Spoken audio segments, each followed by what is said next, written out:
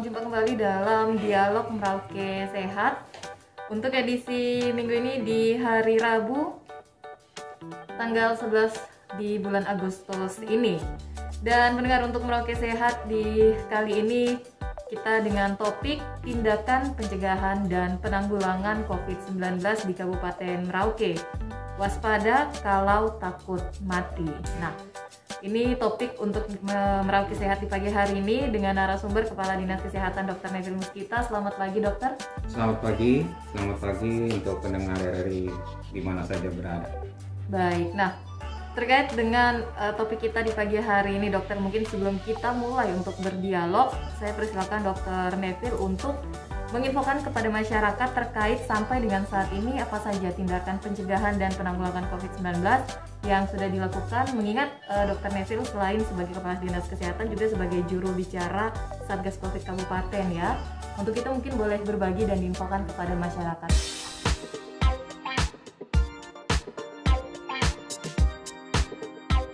Saya akan memulai dulu dengan situasi perkembangan COVID di Kabupaten Merauke. Ya. Secara kumulatif kita sampai dengan kemarin terlapor ada 2.642 kasus konfirmasi positif COVID, di mana 1.750 sudah dinyatakan selesai isolasi atau sembuh dan 173 yang meninggal dunia. Cuma perkembangan kita sangat signifikan di 3 bulan terakhir mulai Juni ya. Mulai Juni kita ada 261 kasus ya di bulan Juni, kasus positif baru dengan 8 meninggal. Ya, sebelumnya di bulan Mei kita sudah turun ya 70-an kasus dengan 3 kematian, tapi naik lagi di bulan Juni ya. Mulai pertengahan Juni sampai akhir itu kita peningkatan cukup tinggi, sehingga selama bulan Juli ada 261 kasus positif dengan 8 kematian. Nah, terkait dengan perkembangan yang sangat signifikan yang atau laju di akhir bulan Juni itu, kemudian kami memutuskan untuk mengecek ya, karena perkembangan atau peningkatannya sangat tinggi, kita curiga jangan sampai varian baru, kemudian kita kirim sampel, dan di akhir Juni itu kita kirim sampel dan hasilnya ternyata yang kita duga itu betul. Jadi ada varian Delta rupanya sudah masuk ke Merauke. Artinya dari 12 sampel yang kita kirim ternyata 10 sampel itu positif varian Delta. Artinya ada 80% dari sampel yang kita kirim itu varian Delta. Asumsinya atau logika sederhananya, kasus-kasus yang berkembang saat ini di Merauke 80% itu berarti varian Delta. Kemudian di bulan Juli kasus kita meningkat cukup signifikan juga ya. Dari sebelumnya 261 dan 8 kematian, di bulan Juli kita hampir 900 ya. Ada 895 kasus positif dengan 74 orang pasien yang meninggal di bulan Juli. Kemudian di bulan Agustus kita sampai dengan kemarin ya.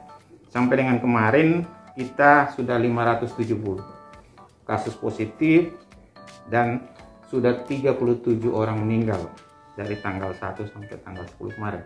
Artinya rata-rata di bulan Agustus ini kita tiap hari 3-4 orang meninggal. Ya. Jadi peningkatannya masih cukup tinggi ya. Sehingga upaya-upaya tentu yang tadi disampaikan terkait dengan pencegahan dan penanggulangan juga harus kita lebih optimalkan ya.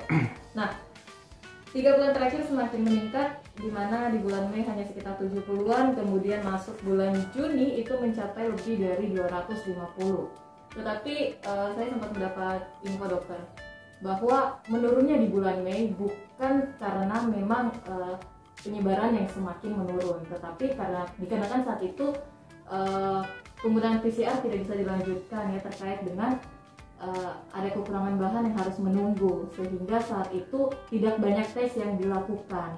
Nah, apakah itu artinya memang bulan Mei itu bukan benar-benar menurun karena penyebarannya yang berkurang, tetapi dikarenakan kurangnya kesediaan alat untuk melakukan pengetesan itu, dok? Mungkin ada benarnya, tapi kalau dari pengalaman saya selama ini dalam mengelola data atau memperhatikan laporan yang tiap hari dilaporkan kepada saya kemudian saya teruskan, ya mungkin juga tidak terlalu betul. Ya, memang kapasitas testing kita dari awal pandemi bukan hanya di bulan Mei. Dari awal pandemi itu kapasitas testing kita masih sangat-sangat terbatas. Ya, kita hanya mengandalkan TCM. Ya, PCR kita itu mungkin baru di bulan Juni kalau nggak salah ya mulai jalan. Ya, jadi kapasitas kita memang terkendala. Tetapi kan hal lain yang senantiasa saya perhatikan. Ya, seperti tadi saya sampaikan, rapid antigen itu juga kan menjadi alat deteksi, ya, alat deteksi. Walaupun pada awal-awal sampai dengan penetapan level 3 dan 4 itu rapid antigen harus kita konfirmasi lagi dengan PCR atau TCM. Tapi banyak sekali juga dilakukan rapid antigen oleh teman-teman di puskesmas maupun dengan klinik-klinik. Ya, beda sekali di antara Juni sampai dengan Agustus sekarang ini. Ya, laporan yang kita monitor dari hampir seluruh pemeriksaan rapid antigen oleh puskesmas atau vaskes dalam hal ini juga dengan klinik-klinik, itu rata-rata tiap hari ada yang ketemu positif. Tapi di bulan Mei sampai yang kasus turun itu memang benar-benar laporan dari pemeriksaan antigen dari vaskes dengan ini kebanyakan sudah negatif.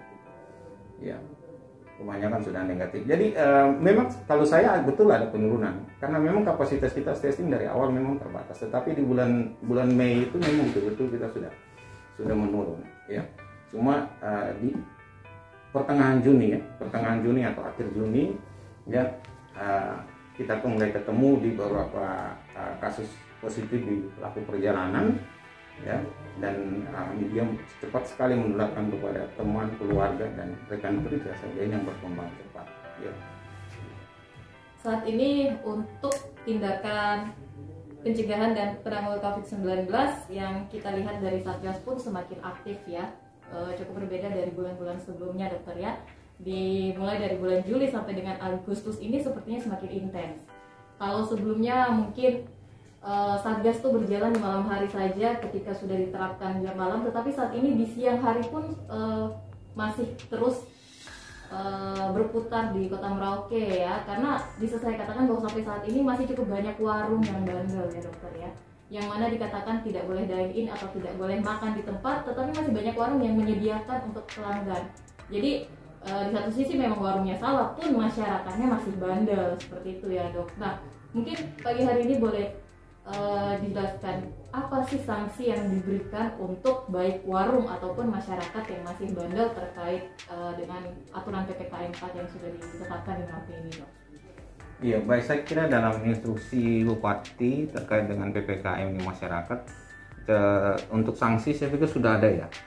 Sanksi itu hanya bersifat untuk yang misalnya tadi disebutkan warung-warung makan dengan itu lebih banyak sanksi administratif ya. Beberapa tempat yang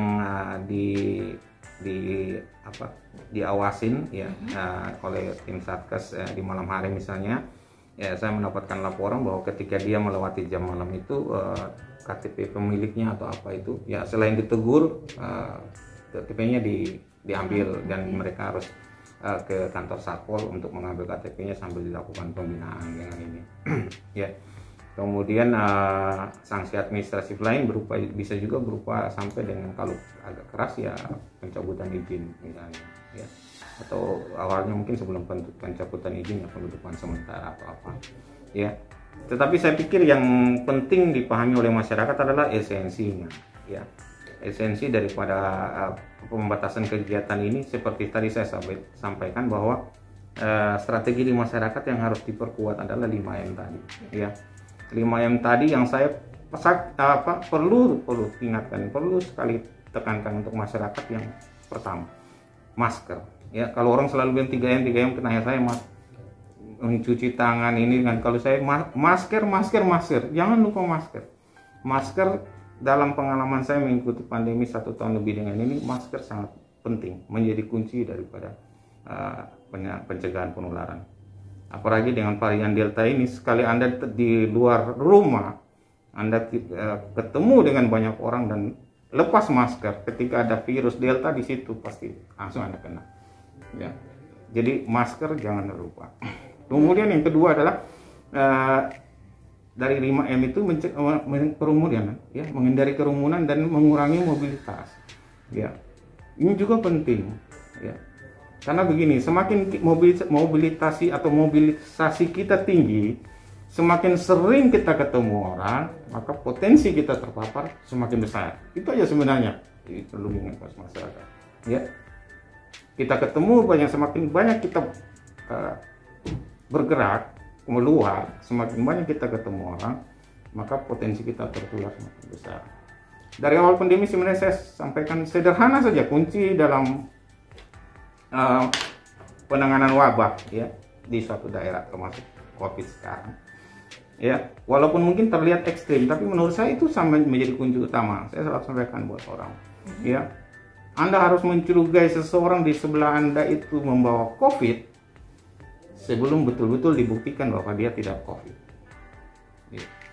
Sama seperti saya sekarang dengan ini, saya pasti menjaga jarak, memakai masker dengan yang ada di dekat saya, karena saya pasti mencurigai jangan sampai dia ada COVID. Sebenarnya itu kuncinya saja. Ya. Nah, kenapa kita seperti itu? Kalau kita mencurigai, ya seseorang di dekat kita membawa COVID, walaupun mungkin sebenarnya setelah dibuktikan tidak, tetapi dengan pikiran gitu kita akan menjaga jarak dengan yang bersangkutan. Kita jangan sampai lepas masker, kan begitu? Seperti begitu. Itu jadi sebenarnya kuncinya di situ aja. Ya. Benar sekali dokter ya, karena terkait dengan kedekatan yang terkadang membuat kita jadi lalai. Bahwa berpikir wah teman baik, nah mungkin keluarga nih. Iya. Ya. Jadi akhirnya kita mungkin melonggarkan beberapa aturan ya terkait mungkin teman saya mungkin sudah jaga jarak, setidaknya lepas masker seperti itu ya. Sama dengan beberapa kasus kita misalnya yang kematian dengan orang yang sudah tua, kemudian dengan komorbid yang mobilisasinya kurang. Artinya keluarganya mengatakan, loh bagaimana dia bisa kena COVID? Dia ini sudah sakit berbulan-bulan, tinggal di tempat tidur aja di rumah, tidak keluar rumah. Kamu tipu saja bagaimana dia kena COVID. Tetapi selama 1 minggu 2 minggu itu yang di rumah itu kan bukan dia aja, ada anak-anak, ada menantu, ada kenalan dengan ini, tahu sakit datang jenguk, lihat. Kalian yang di rumah juga keluar ke pasar, ke toko, kemana, ketemu orang, ke kantor, kemana. Bisa aja kalian pulang kan bawa COVID untuk dia. Kan begitu. Jadi bukannya karena tidak ya, tapi orang di sekitar dia kan mobilisasi keluar. Ya nggak tahu pergi keluar ketemu siapa dengan apa, pulang ternyata bawa COVID dan tularkan ke orang tuanya yang sedang sakit dia. Jadi seperti begitu. Ya. Benar, karena mungkin unsur-unsur Indonesia ya yang terkait dengan hubungan sosialisasi yang cukup tinggi pastinya. Nah, kan orang salah paham ya, menurut saya salah paham. Bilang aduh Pak dokter ini saya ini kebetulan kemarin begini capek ada begini akhirnya positif. Tidak, itu salah, gagal paham itu salah. Ya, orang positif atau tidak ketika deteksi virus ada di tubuhnya atau tidak. Mau dia dalam kondisi lemah, bilang aduh kita kebetulan lagi drop dengan ini sehingga tidak. Sepanjang kau drop tetapi tidak ada terpapar virus, pasti periksa negatif. Gitu. Jadi untuk bilang dia COVID atau tidak, ada alat untuk kita periksa. Akurasinya seperti apa? Tadi saya sampaikan. Rapid antigen yang kita pakai sekarang dari awal masa pandemi sampai dengan saat ini, ya kita adakan itu. Saya lihat dulu itu, saya cek itu sampai dengan Kemenkes, saya cek alat tes yang antigen yang sudah divalidasi oleh Litbangkes itu alat tes model apa, merek apa saja. Sehingga dari situ saya lihat akurasi yang kita pakai sekarang itu akurasinya 100%. Makanya itu yang saya adakan. Ya, 100%. Itu yang tadi saya bilang pengalaman kita dari awal pandemi sampai dengan saat ini. Rapid antigen yang dilakukan oleh kita teman-teman di puskesmas, ya. Ketika dia rapid antigen positif, mau dikonfirmasi dengan TCM atau PCR, pasti positif. Ya. Jadi kita bukan pakai alat yang abal-abal yang ini, tapi kita ingin menjamin bahwa alat tes yang kita pakai itu juga akurasinya tinggi, sehingga jangan sampai masyarakat anggap kita tipu-tipu. Ya. Jadi tidak ada tipu-tipu di sini. Apalagi kalau sudah terkonfirmasi dengan TCM dan PCR, itu sensitivitasnya sangat tinggi. Ketika rapid antigen negatif, jadi jangan dibalik. Kalau kita selama ini pengalaman rapid antigen positif, kita TCM PCR pasti 100% positif. Tetapi jangan dibilang oke, saya antigen negatif berarti saya PCR TCM negatif. Tidak, justru sebaliknya. Ketika rapid antigennya negatif, bisa aja TCM atau PCR-nya positif. Karena TCM atau PCR itu gold standar untuk pemeriksaan. Sensitivitasnya lebih tinggi dibanding antigen. Baik, ya itu mungkin yang masih perlu sering diluruskan dokter, karena sampai dengan sudah 1 tahun lebih COVID ada di Nah, Indonesia. Dan jadi di kalau luar orang negeri. bilang, aduh saya kebetulan capek dengan ini sehingga sampai COVID, tidak. Mau capek atau tidak, tapi sepanjang kau tidak terpapar, pasti hasilnya juga negatif. Benar. Nah, ini memang masih cukup masyarakat yang banyak pesimis terkait dengan tes ini ya dokter ya. Tetapi seperti yang saya katakan bahwa mungkin sebagai masyarakat awam pun itu yang bisa kita katakan, tetapi dari segi medis yang dijelaskan adalah memang berdasarkan medis ya, bukan hanya berdasarkan dokter senang positif atau tidak ya pastinya. Iya. Baik, nah mungkin pertanyaan terakhir dokter. Sampai dengan saat ini bahwa kemarin ada video yang viral yang mana banyak antrian yang diletakkan di lorong ya, yang mana saat itu kasus kematian per hari itu 9 atau 11 saya agak lupa, tetapi kemudian divideokan dan viral. Nah, sampai dengan saat ini bagaimana keadaan RSUD Merauke dalam melayani pasien positif dari yang mungkin tidak parah sampai dengan yang parah nih dokter? Iya. Baik, terima kasih. Jadi terkait dengan video itu ya, itu saya yang buat. Oke, jadi dokter Jadi sendiri pada yang hari Minggu tanggal 1 Agustus itu saya pagi-pagi dilaporkan oleh rumah sakit ada 9 jenazah yang antri untuk dimakamkan. Makanya saya ke sana untuk melihat membantu atau melihat teman-teman mengatasi itu, melakukan prosesi atau upaya-upaya untuk pemakamannya. Jadi 9 hari itu. Kemudian waktu itu saya di sana dan kita siapkan. Kemudian saya minta teman-teman tim. Jadi untuk pemakaman jenazah sekarang saya membentuk satu tim di Dinas Kesehatan.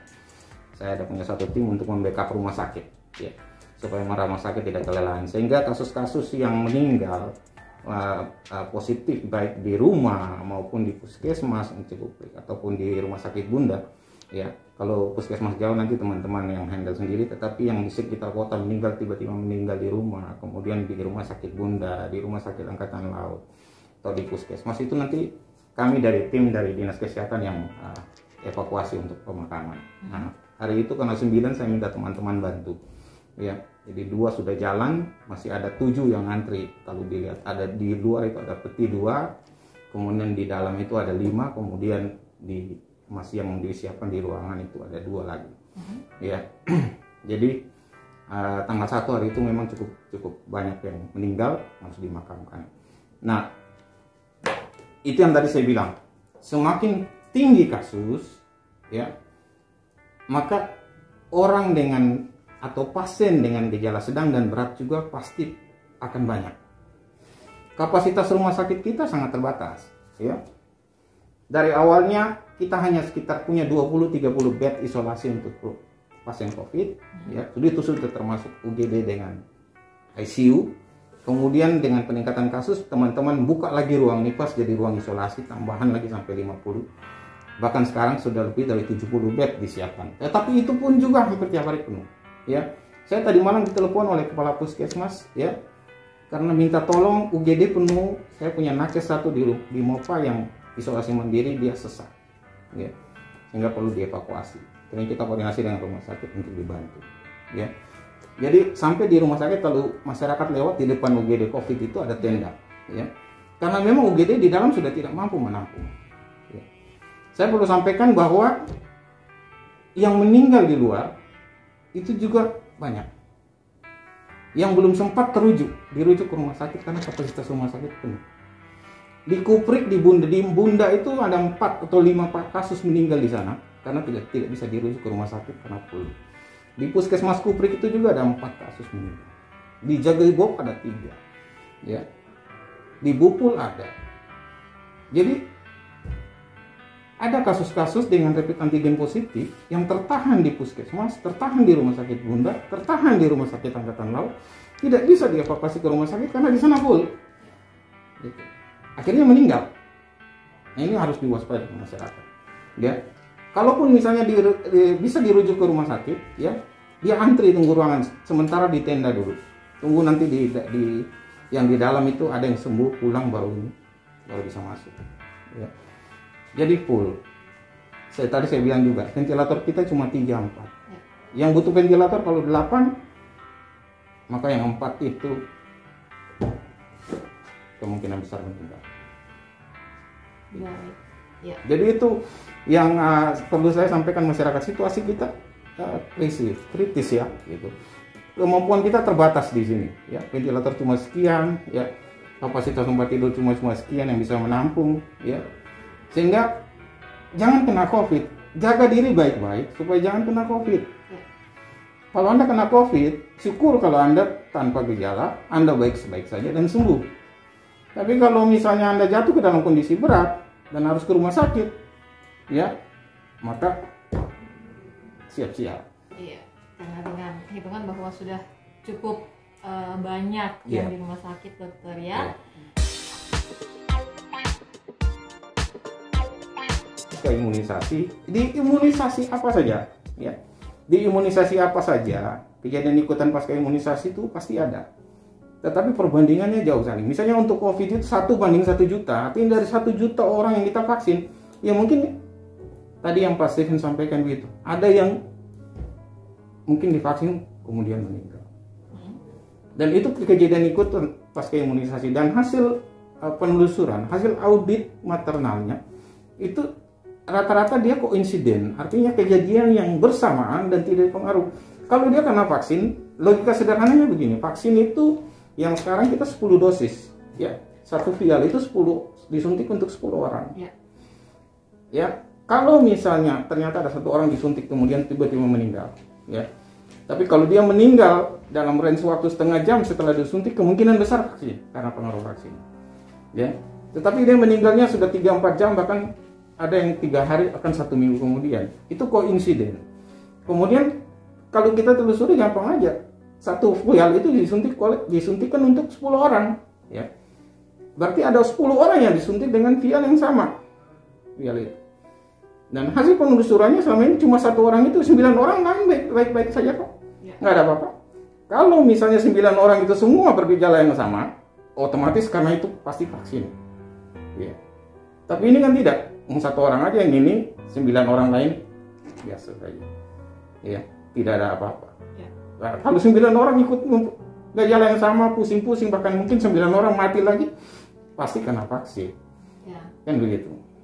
Baiklah, bahkan mungkin dalam hal ada kejadian seperti itu, Iya.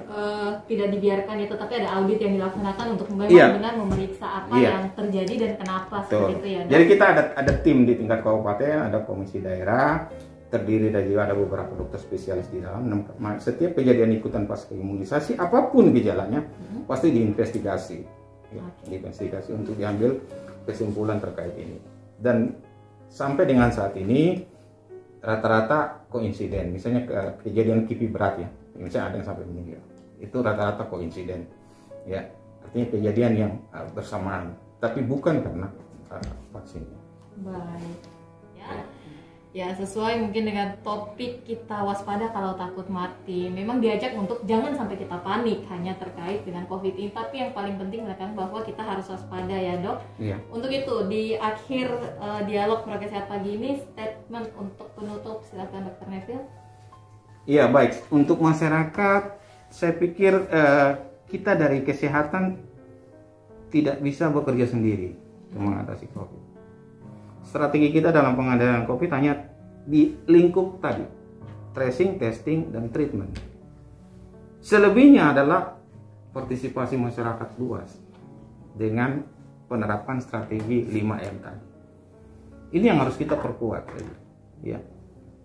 Masih banyak kalau kita baca di medsos segala macam, tidak percaya COVID lah, itu kena kesehatan tipu-tipu lah, cuma uang lah, segala macam yang itu. Tapi saya senantiasa selalu tidak terlalu yang hal-hal begitu, ya, itu masyarakat berhak punya pendapat dengan ini. Tapi kita tidak fokus pada hal itu. Kalau saya, jangan fokus pada seperti itu. Kita fokus pada apa yang harus kita lakukan. Masih banyak, contoh misalnya untuk vaksinasi, masih banyak yang masyarakat resisten terhadap vaksin, ya, menolak vaksin, ya, dengan pemahaman yang didapat dari mana-mana terserah, dari kebanyakan termakan hoax, kan gitu. Tapi kita tidak fokus di situ, karena masih banyak juga masyarakat yang ingin divaksin, ya. Karena pengalaman membuktikan, ya, ketika kita vaksinasi, maka ketika kita terpapar, ya, Ada juga bilang, ah, ngapain lu vaksin? Vaksin juga tetap bisa kena gitu. Ya, jadi vaksin itu bukan melindungi seseorang kemudian dia terhindar atau tidak jadi kebal gitu, tidak mungkin COVID terinfeksi, tidak. Ya, ketika kalau sudah vaksinasi, prokes harus terjalan supaya jangan terpapar. Tapi kalaupun misalnya karena suatu sebab Anda terpapar, maka ketika Anda sudah divaksin, maka Anda akan menjadi orang yang lebih cepat sembuh, ya. Lebih cepat sembuh karena Anda sudah punya kekebalan terhadap COVID tadi, dan tidak mudah jatuh dalam kondisi berat, ya. Tidak mudah jatuh dalam kondisi berat. Itu manfaat vaksin. Ya. Baik, terima kasih banyak dokter ya untuk penjelasan pagi hari ini.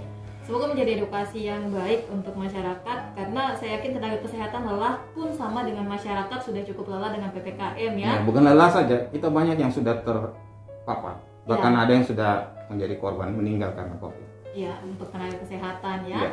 Ya, untuk itu pendengar, bangsa ini memang sedang tidak baik-baik saja, dunia ini tidak baik-baik saja. Saya yakin masyarakat merasa kesulitan, tetapi begitupun dengan tenaga kesehatan. Untuk itu seperti yang dikatakan oleh Dr. Neville, kita harus sama-sama menjaga dengan tetap menerapkan protokol kesehatan serta pastinya melakukan vaksinasi untuk saling menjaga. Sekian untuk dialog Merawat Sehat pagi hari ini. Terima kasih banyak Kepala Dinas Kesehatan Kabupaten Banten. Terima kasih, Dok. Ya.